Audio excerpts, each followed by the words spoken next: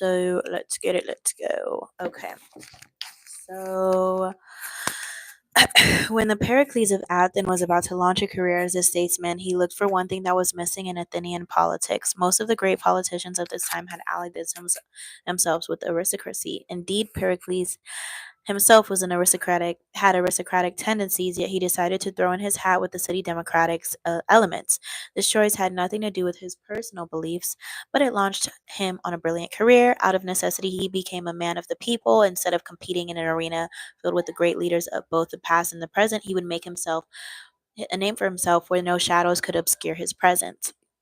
When the painter Diego de Velázquez began his career, he knew he could not compete in refinement and the technique with the great Renaissance painters who had come before him. Instead, he chose to work in a style that by the standards of the time seemed coarse and rough, in a way that was never seen before and in a style that he excelled.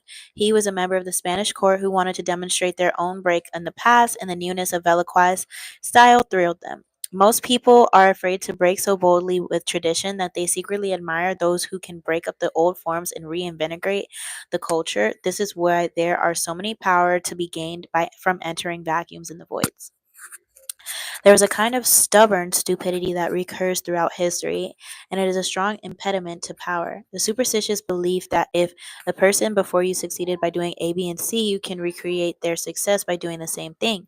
This cookie cutter approach will seduce the uncreative, for it is easy and appeals to their timidity and their laziness. But circumstances never repeat themselves exactly. When General Douglas MacArthur assumed command of American forces in the Philippines during World War II, an assistant handed him a book containing the various precedents established by the commanders before him and the methods that had been successful for them. MacArthur asked the assistant how many copies of this were their book. 6, the assistant answered. Well, the general replied, you get all of those 6 copies together and burn them, every one of them. I'll not be bound by the precedents. I'll not be bound by precedents. Anytime a problem comes up, I'll make a decision at once, immediately adopt the ruthless strategy towards the path, burn all the books, and train yourself to react to circumstances as they happen. You may believe that you have separated yourself from the predecessor or father figure, but as you grow older, you must be entirely vigilant lest you become the father that you had rebelled against. As a young man, Mao Tse-sung disliked his father, and the struggle against him found his own identity and a new set of values. But as he aged, his father's ways crept back in. Mao's father had valued manual work over intellect. Mao had scoffed at this young man, but as he grew older, he unconsciously returned to his father's views and echoed such outdated ideas by forcing a whole generation of Chinese intellectuals into manual labor, a nightmarish mistake that had cost his regime dearly. Remember, you are your own father. Do not let yourself spend years creating yourself only to let your guard down and allow the ghosts of the past, father, habit, history to sneak back in. Finally, as noted in the story of Louis XV, plenitude and prosperity tend to make us lazy and inactive. When our power is secure, we have no need to act. This is a serious danger, especially for those who achieve success and power at an early age.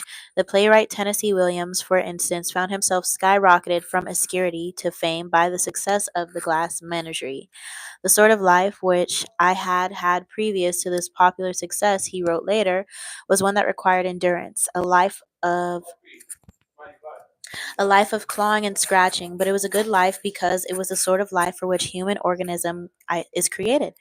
I was not aware how much vital energy had gone into the struggle until the struggle was removed. This was security at last. I sat down and looked about and suddenly very depressed. Williams had a nervous breakdown, which may in fact have been necessary for him.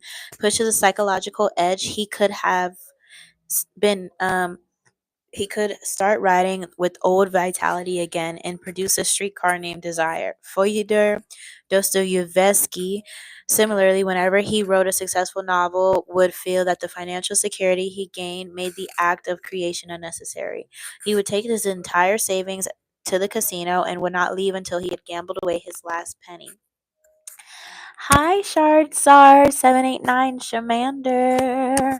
How are you?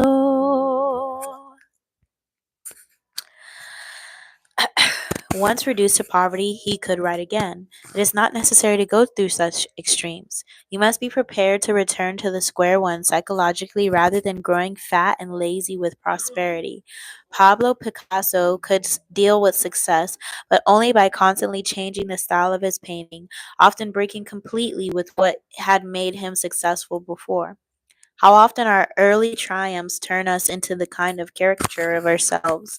Powerful people recognize these traps, like Alexander the Great. They struggled constantly to recreate themselves. The father must not be allowed to return.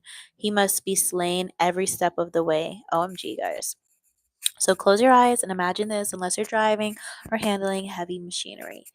The father. He casts a giant shadow over his children, keeping them in thrall long after he is gone by tying them to the past, squashing their youthful spirit, and forcing them down the same tired path he followed himself. His tricks are many. At every crossroads, you must slay the father and step out of his shadow. Authority. Beware of stepping into the great man's shoes. You will have to accomplish twice as much to surpass him. Those who follow are taken for imitators. No matter how much they sweat, they will never shed the burden. It is an uncommon skill to find a new path for excellence, a modern route to celebrity. There are many roads to singularity, not all of them well traveled. The newest ones can be arduous, but they are often shortcuts to greatness by Baltasar Gracian, 1601 to 1658. Reversal. The shadow of the predecessor could be used to advantage if it is chosen as a trick, a tactic that can be discarded once it has brought you to power. Napoleon III used the name and legend of his illustrious granduncle Napoleon Bonaparte to help him become the first president and emperor of France. Once on the throne, however, he did not stay tied to the past. He quickly showed how different his reign would be and was careful to keep the public from expecting him to attain the heights that Bonaparte had attained. The past often has elements worth appropriating, qualities that would be foolish to reject out of need to distinguish yourself. Even Alexander the Great recognized and was influenced by his father's skill in organizing an army. Making a display of doing things differently from your predecessor can make you seem childish, and in fact out of control unless your actions have a logic of their own. Joseph II, son of Austrian Empress Maria Theresa, made a show of doing the exact opposite of his mother, dressing like an ordinary citizen, staying in inns instead of palaces, appearing as a people's emperor. Maria Theresa, on the other hand, had been a regal and aristocratic. The problem was that she had been beloved an empress who ruled wisely after years of learning the hard way. And if you have the kind of intelligence and instinct that will point you in the right direction, playing the rebel will not be dangerous. But if you are mediocre, as Joseph II was in comparison to his mother, you are better off learning from your predecessor's knowledge and experience, which are based on something real. Finally, it is often wise to keep an eye on the young, your future rivals in power. Just as you try to rid yourself of your father, they will soon play the same trick on you, denigrating everything that you have accomplished. Just as you rise by rebelling against the past, keep an eye on those rising from below and never give them a chance to do the same to you. The great Baroque artist of the architect Pietro Bernini was a master at sniffing out younger potential rivals and keeping them in his shadows. One day, a young stonesman named Francesco Borromini showed Bernini his architectural sketches. Recognizing his talent immediately, Bernini instantly hired Borromini as his assistant, which delighted the young man, but was actually only a tactic to keep him close at hand so that he could play psychological games on him and create in him a kind of inferiority complex.